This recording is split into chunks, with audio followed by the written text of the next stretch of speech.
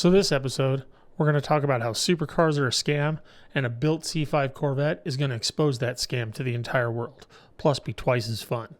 Look, we all know Koenigsegg is an absolute engineering masterpiece. Nobody here is arguing that. But I need you to be honest with yourself for just a second. Are these things actually fun, or are they just jewelry for your garage? Because by the end of this video, I'm going to prove using science and math why a $10,000 Corvette gives you more dopamine than a $3 million Bugatti. And it may crush some people's dreams, but I'm right about this. Welcome to Off Camber. Check it out. I'm not here to trash supercars. They're incredible machines, and no one's going to argue with you on that. I'm here to trash the idea that you need to spend supercar money to go fast or truly experience everything cars have to offer, because you absolutely do not. You need a weekend, a garage, and a questionable understanding of your own limits. So let's talk speed for a second, because this is where people get confused. A Ferrari SF90 does 0 to 60 in 2.5 seconds. That's incredible for a stock car. That also cost somebody $600,000. You know what the cost per horsepower is on that? That's a little over $600 per horsey. Yeah, $600 per horsey. I mean, that's a lot of money. Now look at this.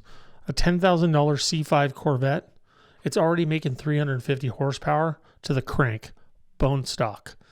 That is faster than 90% of the cars on the road, and you haven't even opened the hood and started to modify it yet. Now throw a cam in there. Throw some headers on it, intake, a set of heads and a tune, and you're at 450 to 500 horsepower for a couple grand in parts and a weekend in your garage. Want to get stupid? Of course you do. Slap some turbos on it.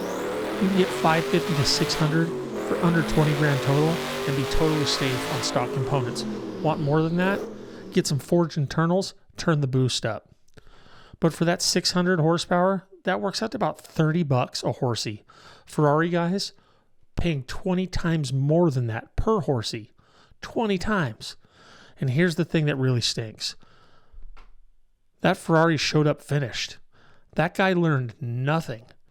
You know every bolt, you chose the cam, you tuned it, you know the car.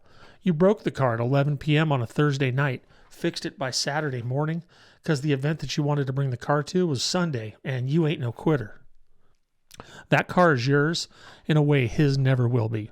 Dollar for dollar, the home-built C5 isn't just competitive, it's embarrassing expensive stuff. And everybody in this hobby knows it. They just won't say it out loud because it makes the $600 per horsey crowd feel, well, silly. It was rolling over anyway. Yeah. 490. 490. It's why when you drive your Corvette around, or whatever it is that you drive, you'll still get comments that it's still only a Vette. That statement right there says it isn't about performance. It's about the badge to the person saying it. I think they call those people clout chasers. I don't know. And while we're talking about money, let me show you what ownership looks like at the top end.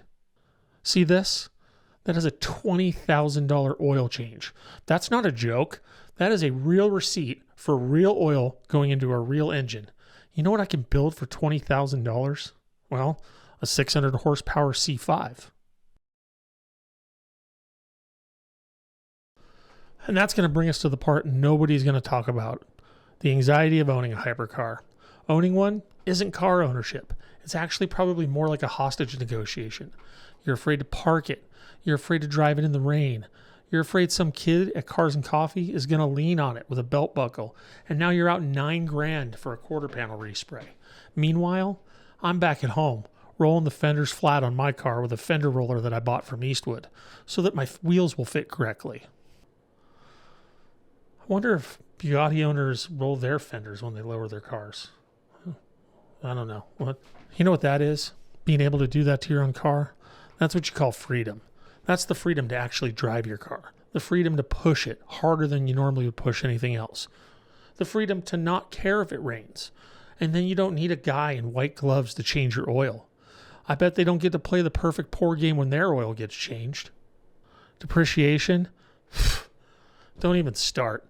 My car was already worth half a Bugatti oil change when I bought it. It's only up from here, guys. Besides, if you're worried about preserving the collector value of your car, you're doing this whole thing the wrong way.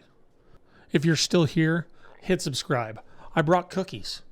And then go down in the comments and tell me, would you rather have one Pagani that you're afraid to scratch or a 10-car dream car garage full of 90s and 2000s legends, cars you can thrash every single weekend? So just go tell me what your list is, because I already know the answer. You'd rather have the driver's cars. Okay, last argument, and this is the one that actually matters, because speed and money are one thing, but the culture around cars is probably why most of us are actually here. Supercar culture, it's about exclusion. It's velvet ropes, VIP sections at car shows where you can't touch anything. It's a guy in a $3,000 jacket and a $20,000 watch talking about the bespoke ordering process and the exclusivity of getting that allocation and the color of threads in his seat. That's not car culture. That's a museum, and museums are boring. Now look at this. This is car culture. This is a buddy showing up on a Saturday because you need a third hand to hold a transmission in place. This is staying up until 2 in the morning with a couple of friends and welding in the rain because that build has to be done and ready to go for Sunday. This is a parking lot full of mismatched paint, zip ties, and people who are genuinely happy to be there. Nobody at a supercar event is asking to look underneath your hood. Nobody's going to share any tips. Nobody's handing you a wrench. And you want to know why that is? Because nobody there built anything. They bought it. They showed up, they took a photo, and they left. People don't bond over writing checks. They bond over bleeding on an exhaust manifold together. That's the real thing about cars. All right, so we qualified 11th. We're getting ready to start right now. Again, QC Fleet Solutions to the rescue. They found extra tire for us. So we got a smaller tire on one side. We're setting up stagger. They set up the toe for it. We got a bunch of things dialed in, and we're gonna start at 11th, see where we finish.